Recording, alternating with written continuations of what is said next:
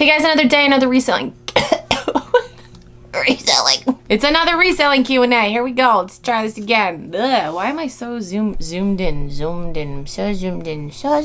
Okay, first question. Why do you never tell us your cost of goods? That would be helpful to know. So I get this question a lot. I don't tell you guys my cost of goods because I don't think that that's information that you guys need to know. I feel like that's like personal business information. Sure, it might be helpful to know what I paid for something if you see it out in the thrift, but the prices that I have around here might not be the prices that you have where you live. I don't know. There's just many different factors, but I don't give them my cost of goods because that's just business information that I don't feel like you guys need to know. Next question. All right. I feel like I'm going to be getting comments about Nicole State like forever.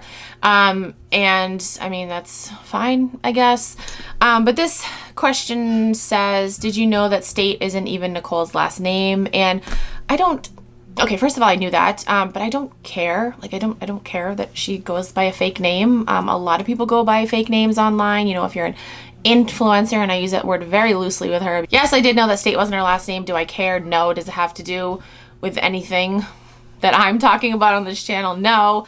I did get another comment saying like, oh, it's sneaky that she goes by that last name. Somebody replied to that comment. Or like, oh, she's just being shady again. I'm like, I disagree with that. I disagree with that. I don't think it's shady to go by a different name.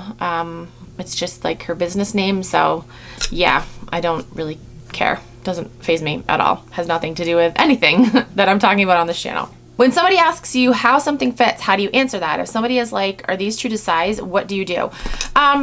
So, I mean, there are brands that I know, like, for a fact, whether or not they fit true to size, and I will tell the person that. If they're talking about a brand that I know, then I'll tell them that. If it's a brand that I don't know, sometimes I'll Google it. I'll ask them if they want me to provide measurements, but, yeah, that's pretty much what I do.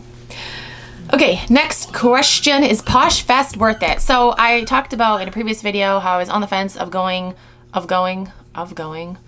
I was on the fence about going to Posh Fest. I definitely wasn't going to go in person because that was just not a smart thing to do. You know, especially like going to Florida where COVID is like insane. Like Florida is one of like the hottest states right now for COVID. So yeah, so I didn't think that that was too smart to do. I've seen so many people on Instagram complain about it, and yeah, it sucks.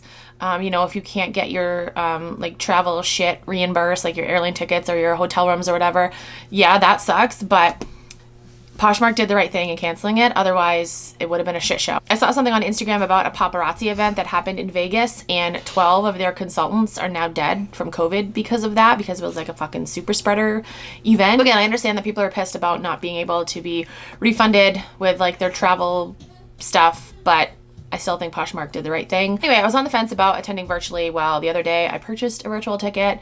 I purchased the one with a swag bag too, so we'll see. We'll see how that is. I will be sure to make a video and let you guys know my thoughts on Posh Fest. I attended Posh Fest virtually last year. Virtually, why can't I say that word? And you know, it wasn't too good. I mean, it was the first year they were doing it, so hopefully they worked out some kinks this year, but we'll see. But yeah, I'll keep you guys updated and let you guys know my thoughts on it. Okay, next question. Do you wash all the items that you buy from the thrift store? I used to wash all of them, but then I stopped once somebody complained that the detergent I used was too strong. So yes, I do wash everything. I'm a huge germaphobe. I wash everything. I use a very light detergent. I actually use Dreft, which is what I use for my kids' clothes too. It doesn't have a scent, so people can't complain about the scent. I have had people complain about the scent of my clothes before. I used to use Tide, which it's a really strong scent. Like, I think it smells good. It smells nice and fresh and clean. But, you know, some people are just sensitive to that. Some people have allergies. I totally understand it. I would much rather have my clothes smelling like very strongly of like a clean detergent than like a nasty thrift store. That might be just me. But yeah, like I said, I do wash everything because I am a huge germaphobe, and I just use a very gentle detergent. Like, you could do that. You know, if you still want to wash stuff, you can just find a gentle detergent. Dreft is a more expensive detergent, but there are others that are like that. I think like every brand. I know Tide makes one, like a clear, I forgot what it's called, but I know like a lot of other brands make like gentle unscented detergents, so maybe you could look into that. Okay, last question. Do you purchase wholesale or mystery boxes? Are there any websites you recommend? Okay, so yes, I have purchased wholesale and mystery boxes before. I will have some websites linked down below, a couple of my favorites, and I know this is controversial. I know people have had issues with these companies before, but I really like Jomar. and what's the other one? Honcho Wholesale and B&G Trading. I'll have links down below. They're affiliate links. You guys will get either a percentage off or a certain amount off your order, depending on which company it is. But yeah, I mean, I have had, with all of those companies, I've had good experiences and bad experiences. I mean, bad experiences being like, I got a box full of shit that I didn't like. And that's the risk you take, especially when you buy mystery boxes. You can't expect to buy a mystery box and everything is amazing and perfect. It is a risk, it is a gamble, so just know that, like, going into it. That being said, Jomar specifically, I know there has been a lot of controversy with them, but I've always had good experiences with them. My customer service experiences have always been good. I'm the type of person that if there's an issue with a company that I want to order from, I'll most of the time just order something and then go from there, like have my own experience and make my own opinion based on that. There is a company, oh wait, somebody asked me, I had one more question. Oh yeah, can you comment on those We Bargain boxes? So I guess that's another company that has had like some scandals, and part of me is like, I want to try it out to see, you know, if I have an issue with them. But again, it's a risk, it's a gamble with wholesale, with mystery boxes, you know, it's a risk, it's a gamble. You can't get mad if shit goes wrong. I mean, you can get mad, obviously, you can be disappointed, but you have to know in the back of your mind going into it that you might not get brands that you like, you might not get stuff that you like, you know, like you like to sell. So yeah, so again, I will leave those links down below. Use your own judgment, do your own research, and then make an educated decision based on that. If you guys order from these companies and, you know, you don't like the boxes, you don't whatever, don't get pissed at me, because again, I'm telling you, you need to make your own decision. I will link a couple of those companies down below. I actually just ordered from Jomar last night. I ordered, I think it was 5 different boxes, and I will do unboxing videos and show you guys exactly what I get in those boxes.